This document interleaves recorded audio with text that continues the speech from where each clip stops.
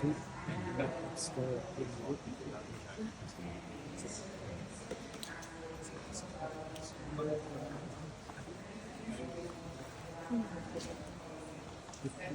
morning. Barry Pollock, Mr. Assange's lawyer in the United States. Very happy to announce that earlier today the espionage case against Mr. Assange in the Eastern District of Virginia was formally dismissed and the case against him is over, formally and officially. It's a case that never should have been brought, and I hope that we never have another case like it.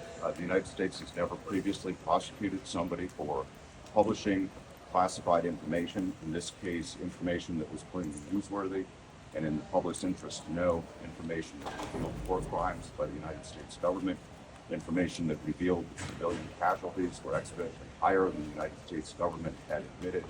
That is not just journalism, that is journalism at the highest level, and it absolutely should not ever again be a crime. I could not be happier that Julian is back home in Australia, back with Stella and his family. He has sacrificed greatly for all of us for freedom of the media, freedom of speech, and I hope that we can all give him time and give his family time to heal and get back together. And I am confident that once that happens, the next chapter of Julian's story is yet to be written. He's a man who has stood by his ideals, stood by his convictions, generated a worldwide discussion, and I think we're all better off for it. Thank you. Well, here we are. I'm eternally grateful to everyone who has made this possible. In this building, the group of friends from across the political spectrum came together on this issue. I think it's quite unique that it got people together from all sides to work towards Julian's freedom and to keep it at the top of the agenda for years now. And the results we see today, we see last night, I think the whole world celebrated with us. It was us meeting on the tarmac, but it was the entire world who was celebrating.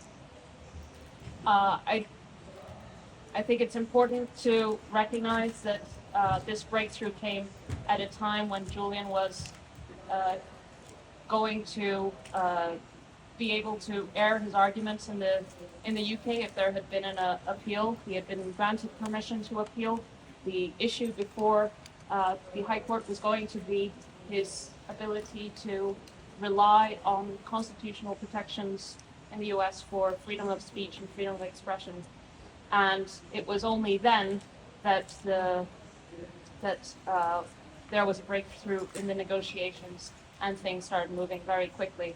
I think that's very telling. And if Julian pleaded guilty in a federal court in Saipan, it's because he was pleading guilty to committing journalism. This case criminalizes journalism, journalistic activity, standard journalistic activity of news gathering and publishing. And so this is the reality of this prosecution. It's the case should never have been brought, and but the important thing is that Julian is free and that he is no longer in Belmarsh prison, and that the case is over and we can put this behind us. And Julian is overjoyed and so grateful to the Australian people, to the members of Parliament, and to the government, and also the opposition who came together to voice the need for his release. He will always defend human rights and speak out against injustice, and he can choose how he does that because he is a free man. And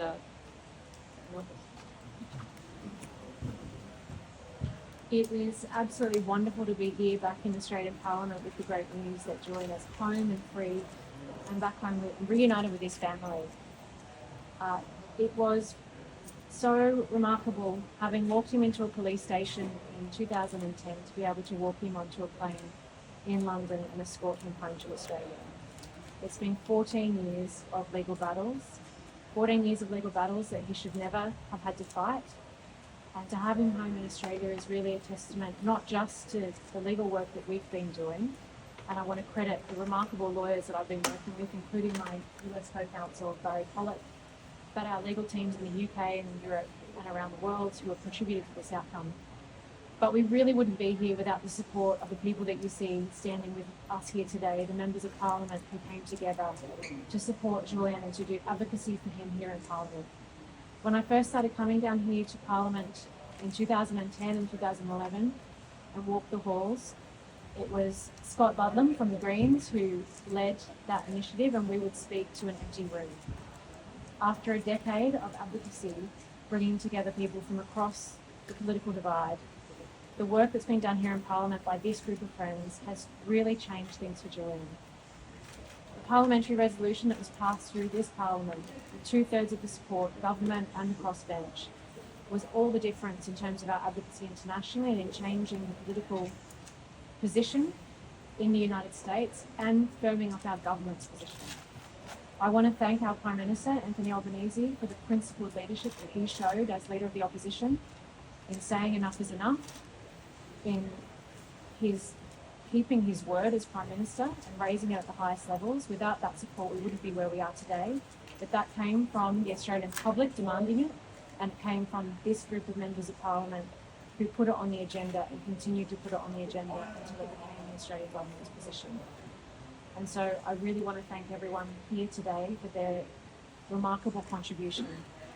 We wouldn't be here without the global movement of people that came together to support Julian and in support of free speech, and that's what made the difference.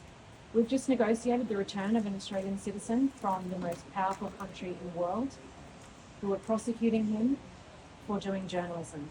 He faced 175 years in prison for publishing evidence of war crimes, human rights violations and corruption, serious wrongdoing by the United States. And that is the basis upon which he was in prison for 5.5 years in a high security prison, and the basis for his plea that we've seen take place in the last few days.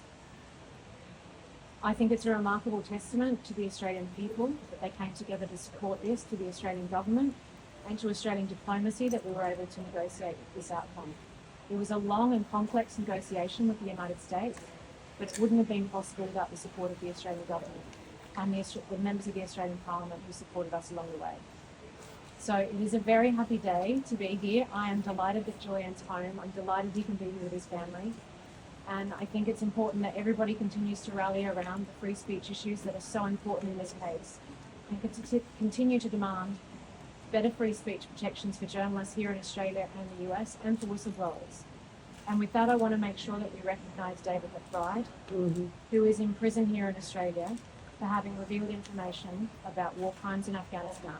It is unacceptable he's in prison, and I cannot stand here today to talk about free speech without mentioning him. And I know that Julian will be happy that we have. So thank you very much.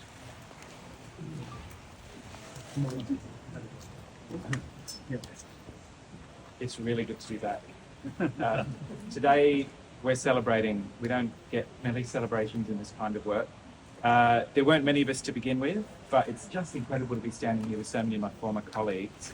You will see that this is one of those rare issues that unites people across the political spectrum. You can tell that just from the people assembled here this morning. I want to pay credit to the parliamentary friends of Julian Assange for bringing him home.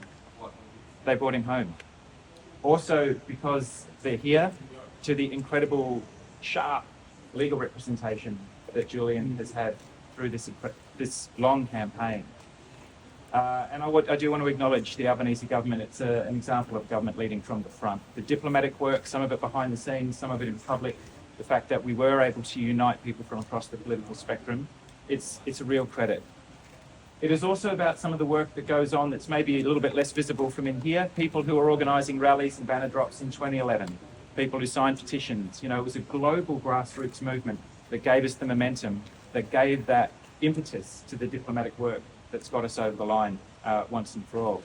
And ultimately, this is about you. If you're in here with a camera or a press pass, Julian has done this for you. Him and his colleagues knew exactly what they were walking into. They knew the risks that they were taking. And they did it anyway. And they did it in part to protect your right to do your job, to inform us about what government is doing in our names. So we're celebrating. For me, that celebration is tempered by the fact that the United States government, our supposed ally, was willing to torture an Australian citizen and one of your colleagues for 14 years, and that it took a global movement to get him out. So we are celebrating, but I feel as though we also need to have in our minds, forefront in our minds today, what about the other whistleblowers? What about the other journalists? What about the other publishers? This is about all of us collectively.